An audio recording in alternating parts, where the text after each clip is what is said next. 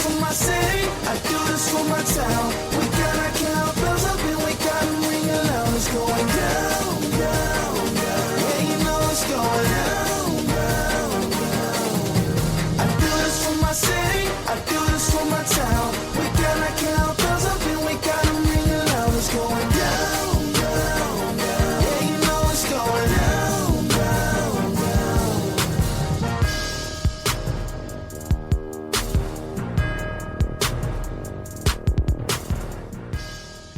Ladies and gentlemen, welcome to another edition of the Maroon Maniacs. This is your first show on January 2020. I am one of your hosts, Jay Stones, followed with my other host over here, Garret Thomas. What's going on, Bulldog fans? The fans we got left. Some people done jumped ship. But I never jump ship, Stubbs. I'm Bulldog through and through. It's amazing what happens. You get an L in a bowl game. Imagine what happens to the fan base. Right, I only said that because you made a post talking about who wants to jump ship and be an Ole Miss fan. Not I. My aunt would disown me if I became a Rebel fan. Can't do that. Yeah, I wanted to see who would actually jump ship and say, I'm interested. Like, oh, you really got to hate Mississippi State and Joe Mo to jump to the dark side. I always pick on my boyfriend all the time about it with the lane train and stuff like that. But after the hires they did today,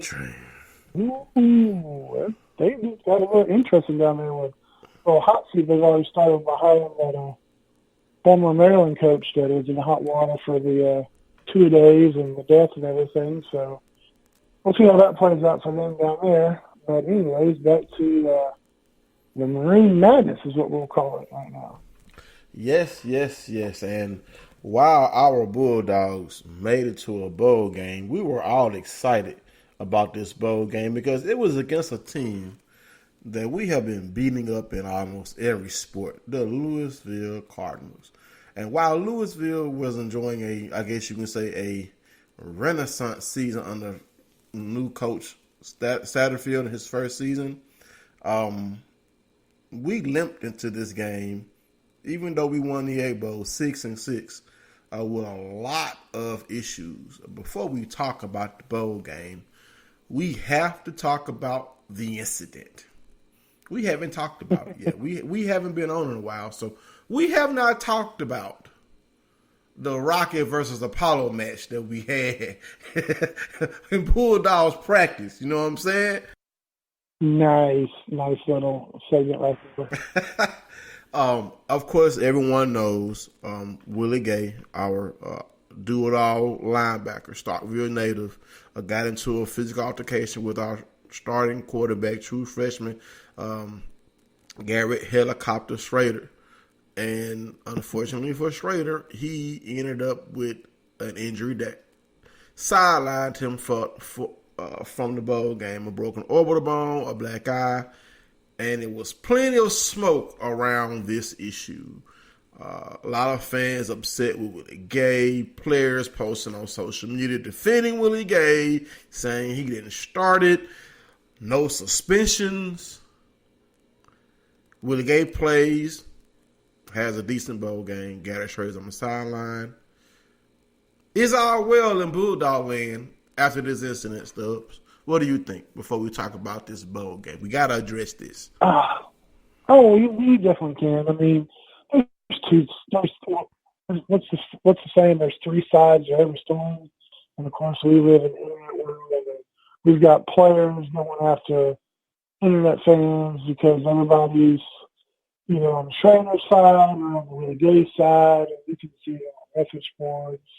And the crazy thing is what came down to it was Willie Gay supposedly tackles Tommy Stevens. He doesn't even tackle Garret Shrader. Then Garret Shrader calls him out, and that starts the first altercation. And then the Amish assassin and Willie Gay go back at it again after practice, and somebody gets a lick. It's kind of like we always talk about in fights.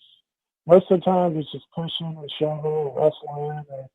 maybe a few haymakers thrown, but they never really land solidly on somebody.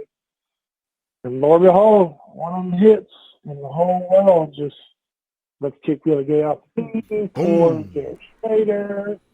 And it's just, no offense, but I mean, anybody and everybody's ever played football, there's a lot of testosterone thrown around.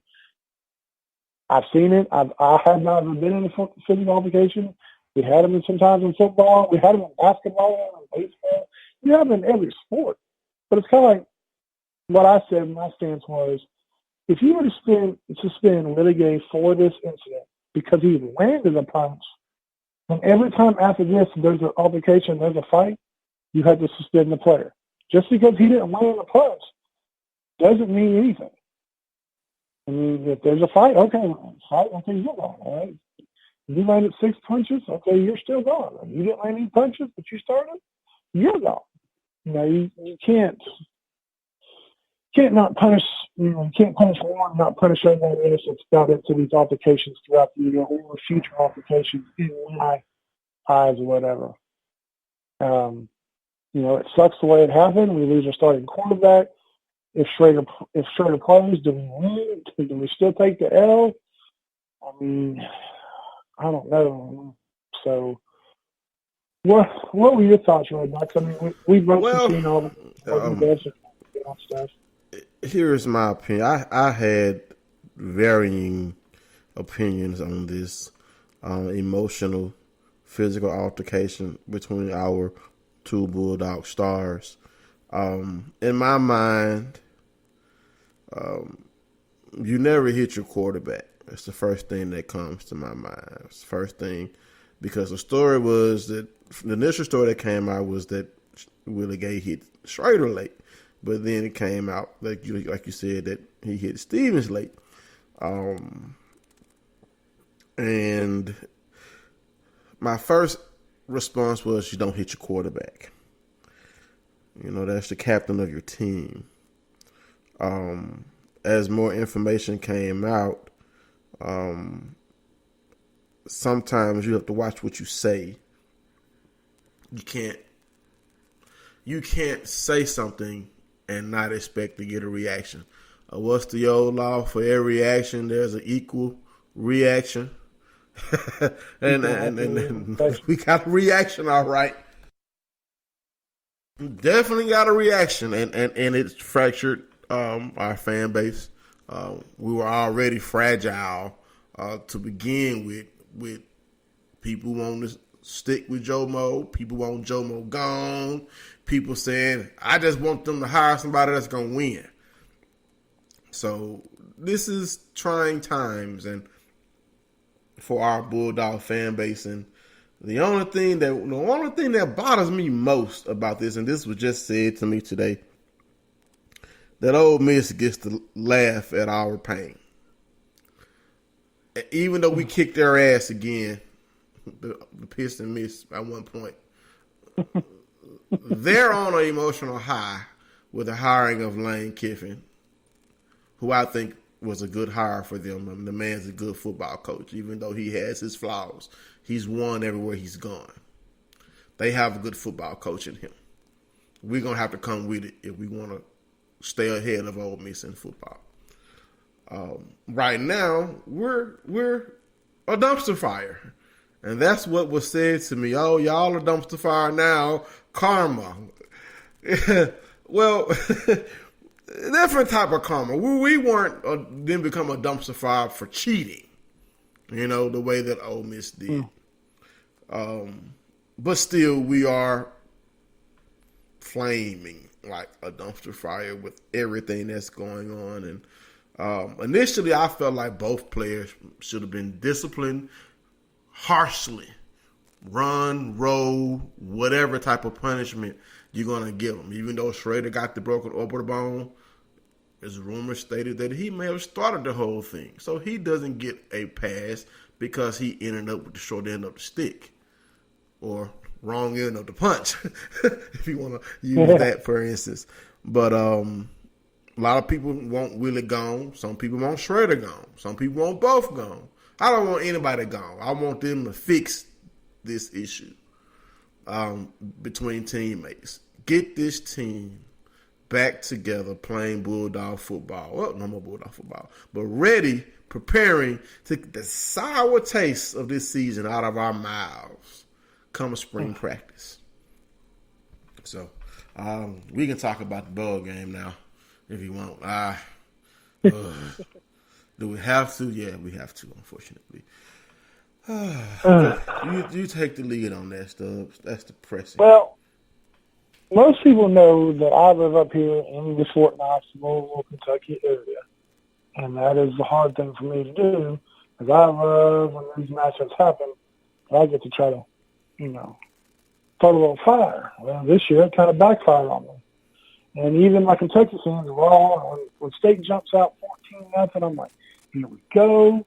We got this. And the Kentucky fans are tagging me in post saying, really score. I'm like, you know what? Louisville just got smoked by UK in the final game of the season. And UK, I think they ran one pass, and they beat Louisville like 40-something, like 17. I think like 45, 43, 17. So here we are, Mississippi State, a run-oriented team, more likely, as we have Shrader. Even when you have Tommy's still running. Comes in against the number 111th ranked rush defense in the nation. And we laid an egg, a huge egg after we rolled up on that 14-0 points. I'm thinking we're rolling. And when Kylin Hill goes down the first play of the game, I thought, this isn't good. And then I see, where's Nick Gibson at? What's going on here?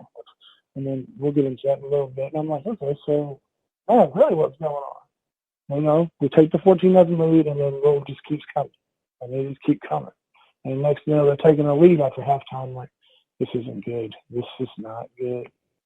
And the next thing you know, Will was running away with this game. 31 unanswered points, just 31-14. And I'm just mind blown on my side of it. My phone's going up. I'm just staying low key. I just kind of just squat. And to take that L the way we took it, the players just didn't look like they wanted to be there. They didn't really care. Like there was the coaches seemed to be just in a trance. They just seemed lost. It's kind of like we talked about before the bowl game. A lot of these mornings are meaningless. Some of them don't even want to play them. We got some players that sit out for, NFL reasons. Some are injured, so all these other young players get playing time. And you could tell that we had young players in there because our DBs were just lost. Like, Louisville was wide open for a country mile on so many passes. And that just speaks volumes of where our program might be headed, which we'll get into later on. It sucks that Colin Hill didn't get the rushing record. I feel bad for him. I don't know what's up with his status, if he's still going to go to the NFL, if he's coming back. He's playing mind games on Twitter with everybody, so that seems to be an interesting thing. It also depends on what these rumors we'll talk about later on. But the bowl game didn't sit well. It's not the way we wanted to go into the 2020 season. Definitely wasn't the way I wanted to end this past season, as much smoke as we've been having. So, what are your thoughts? Man, I was so excited when we went up 14-0. And then we started giving up points after points after points after points till we gave up, like you said, 31 unanswered points to Louisville. That quarterback that they have is exciting. He whipped us in the run, pass, and play action game all night long. I mean, he threw for 279 yards and 2 touchdowns. Tutu Atwell, the wide receiver that whipped us, he threw for 33 yards and 1 touchdown. Then we got gashed by Hawkins for 117 yards and 1 touchdown. And of course, Mikael Cunningham ran for 98 yards. And Tutu Atwell became the all-time, I think, the single-season record holder for receiving yards, beating out a former NFL player, Harry